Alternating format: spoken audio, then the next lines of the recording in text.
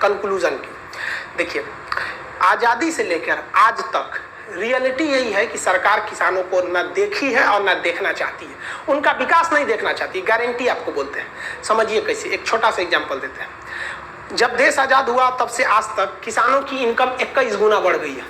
यानी 1950 की बात करेंगे और 2020 की बात करेंगे तो इस दौरान किसानों की इनकम लगभग 21 से 22 गुना बढ़ी है। आप 21 गुना मान के चलिए, 21 गुना इनकम बढ़ी है। यानी जो किसान 1 रुपया कमाता था 1950 में, आज वो 21 रुपया कमाता है। लेकिन इसी बीच जो सरकारी कर्मचारी हैं उनका इनकम 180 गुना बढ़ा है। यानी किसानों का इनकम 21 गुना और जो सरकारी कर्मचारी हैं उनका 180 गुना। जो टीचर बैठे हैं लोग ना, टीचर लोग, पहले टीचर की सैलरी नहीं थी उतनी, उनका 200 गुना बढ़ गया है।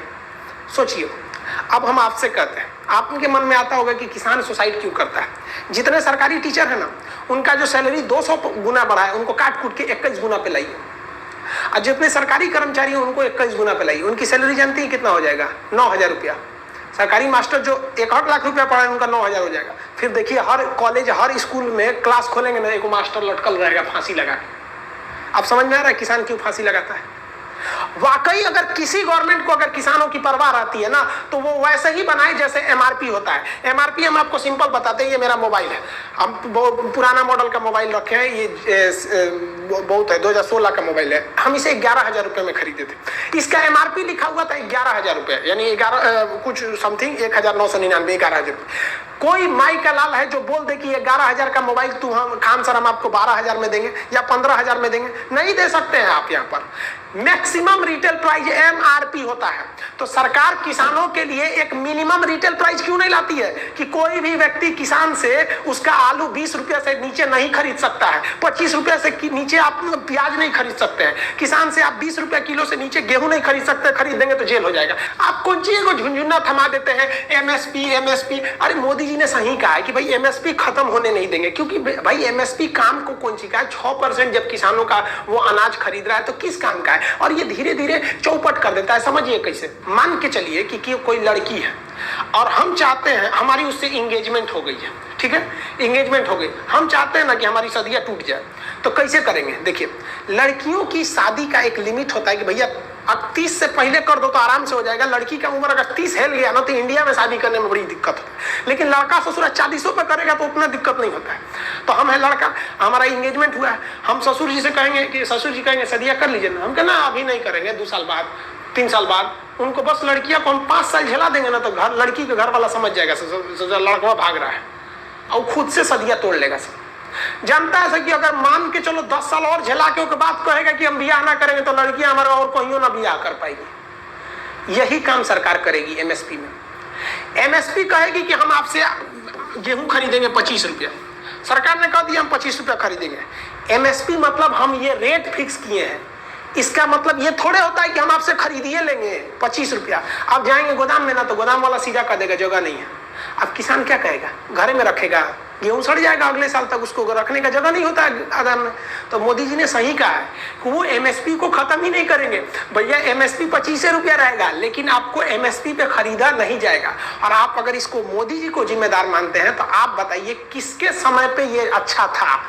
हम नेहरू से लेके अभी तक की बात करें, कोई नहीं ध्यान देता है। भाई साहब, इस लॉकडाउन में ना हरियाणा में जो मक्का था, मक्का वो 6 रुपया किलो बिका है, जबकि एमएसपी था उसका 18.5 रुपया। कहाँ मर गई थी सरकार वहां पर? हाँ, हम तो बहुत किसानों की सरकार सुनते हैं वहां पर, हम तो समझे नहीं वहां पे सुनते हैं। वहां पे सांसद लोग ट्रैक्टर से जाता है, अच्छी बात है भैया, ट्रैक्टर से जाता। जब सरकार ने एमएसपी बोला था कि हम मक्का खरीदेंगे 18.5 रुपया किलो, तो 6 रुपया किलो आप मक्का खरीदे। 1995 में भी 6 रुपया किलो मक्का था, यानी 1995 का जो रेट था, आप मक्का का रेट दे रहे हैं आप 6 रुपया। राष्ट्रपति का 1995 में जो सैलरी था आपका, वही दे देते हैं यहाँ। आज 5 लाख रुपया ले रहे हैं, उस समय 60,000 थमा दीजिए यहाँ पर तो बहुत अच्छा हो जाएगा। राष्ट्रपति भाग जाएंगे पहाड़ी पे से। कौन पहाड़ी है? सरायसीना की पहाड़ी, नहीं रहेंगे वहां पर। और किसान को तो थमा दो भाई साहब, जो 90 में खरीदा वही यहाँ पे खरीद लेगा। यहाँ पर क्या मतलब बनता है? अगर गवर्नमेंट रियल में आप किसानों की भलाई चाहते हैं तो आप इस दर से एक सामान का मैक्सिमम रेट होता है ना, उस तरह फिक्स कर दीजिए, फिर उस किसान को छोड़ दीजिए। आप मंडी दीजिए चाहे मत दीजिए, आपका मन आप एपीएमसी रखिए, आपका मन आप विदेश में बेचिए, किसान को फिक्स है कि भैया हम रात 2 बजे भी जाएंगे तो हमको 25 रुपया गेहूं खरीदना ही पड़ेगा, चाहे तू अपनी अब्बा के खोपड़िया पे रखो, एफसीआई के गोदाम में जगह नहीं है तो तुम समझो तुम्हारा दिक्कत है। तुम्हारे पास हिंदुस्तान में इतनी जमीनें हैं, यहाँ पर 32 लाख किलोमीटर स्क्वायर रख लियो, किसानों के लिए गोदाम नहीं है, बात करते हो संसद भवन में रखवा दो, खाली ना रहता है, 3 गो सत्र चलता है, बाकी समय तो खाली रहता है, बाकी ग्राउंड में रखवा दो, नहीं जगह है।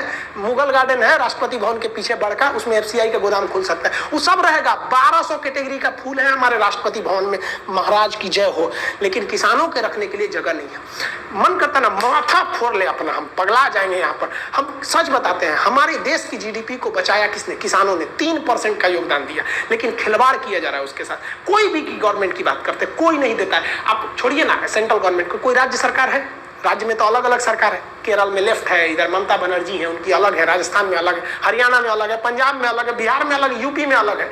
कोई कर दो, कोई कर दो भाई, एमएसपी फिक्स कर दो, नहीं करोगे यार। अब आपको क्या समझ में आया विधेयक, हमको नहीं समझ में आता है। हमारे हिसाब से ताम झाम करने से कोई अच्छा नहीं है। एक विधेयक लाइए, एमएसपी है, इतना से नीचे आप किसान से नहीं खरीद सकते, खरीदेंगे तो अगले दिन जेल में आपकी सुबह होगी, फिर जेल में उठिएगा, कहिएगा कहाँ भेज दिया। यहाँ पर ये होना चाहिए, यहाँ पर न्यूनतम समर्थन मूल्य फिक्स होना चाहिए। उसके बाद छोड़ दीजिए उसको कहाँ बेचना है, समझ में आ गया कि नहीं? एमएस यहाँ लिखे ना, एमएसपी पे केवल 6% किसान ही खरीदते हैं।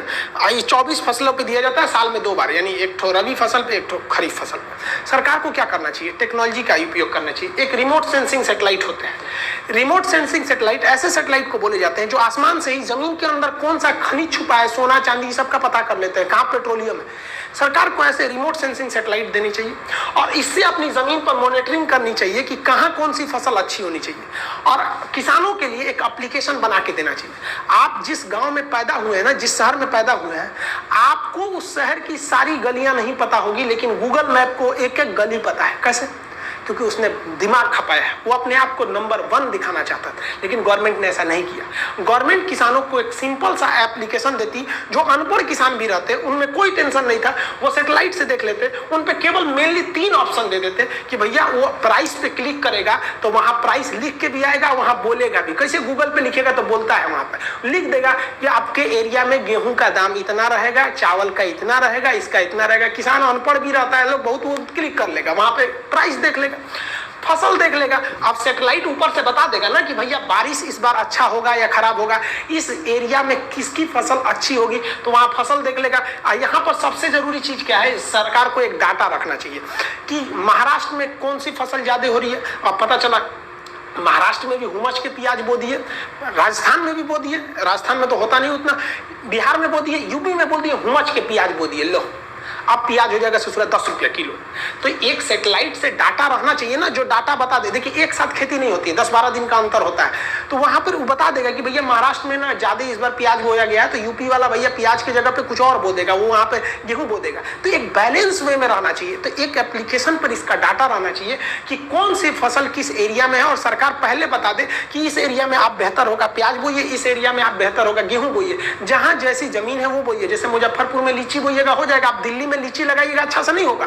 तो एक बेहतरीन पैटर्न होना चाहिए जिससे कि सरकार को माथा पच्ची नहीं करना रहता, एक चीजों का रेट एक फिक्स रहता है। नहीं होता कि हमारा एक दोस्त था, उसकी यहाँ शादी था, तो शादी में वो चिकन बनवाने के लिए सोच रहा था, चिकन था 120 रुपया किलो, अब प्याज था 150 रुपया किलो। गजब हो गया, समझ में नहीं आ रहा था उसको। तो ये समस्या नहीं आती।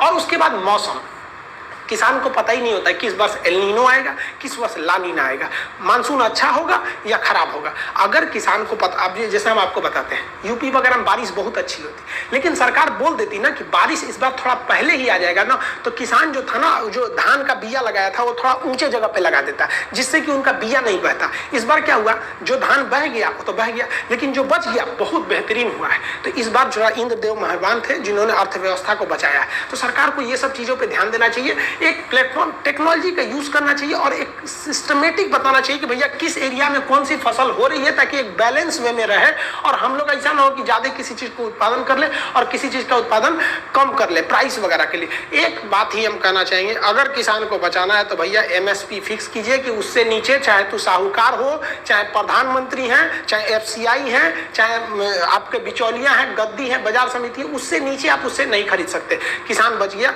भाई साहब, वरना किसानों का जो पलायन होगा ना बड़े बड़े शहरों में, आप देखिए करोड़ों लोग लॉकडाउन के बीच में गांव में आए। ये एक नया मौका प्रकृति ने हमको दिया है कि आज भी उन किसानों के लिए भला सोचिए, वो हमारे देश की जीडीपी को बचा लेंगे। और नहीं तो कितना काम आया आपका ये बड़ी बड़ी बिल्डिंगें और बड़ी बड़ी ये फैक्ट्री वगैरह, सब तो धाराशाही हो गई। ये किसानों ने ही बचाया था, इनके साथ अन्याय नहीं करना चाहिए। ये चीज़ आपको राजनीतिक लगेगी, अब हमको नहीं लगता इसमें राजनीति की बात है। आपको अगर लगता है कि नेहरू से लेकर मोदी के बीच में किसी ने किसानों के लिए कोई बेहतरीन काम किया है तो आप कमेंट करके बताइए, और आप भी दबाव बनाइए कि सरकार एमएसपी को लागू करे सख्ती से। मिलेंगे नेक्स्ट क्लास में, तब तक के लिए जय हिंद।